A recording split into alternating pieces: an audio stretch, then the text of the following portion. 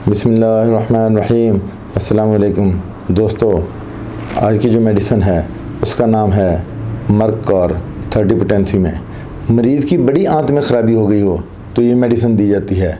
ये इस मेडिसिन का मर्क-कॉर का हम एक्शन देखते हैं।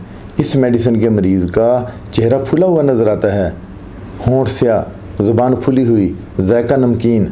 मरीज़ का आँख के पिछले हिस्से में दर्द होती है, मरीज़ की बाहर को ज़ुबान निकली होती है। इस दवा के मरीज़ में मुसलसल आंतों में दर्द होती है, ख़ास तौर पर स्टूल पास करने के बाद। पेशाब जलनदार और दर्द के साथ खून भी आने के चांसेस होते हैं।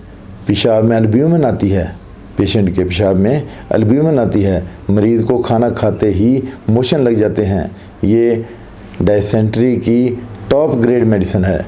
मरीज़ में गले से मुतल्लक तमाम बीमारियों का इलाज इसी मेडिसिन में पाया जाता है। मरीज़ के मुंह से फाउल स्मेल आती है।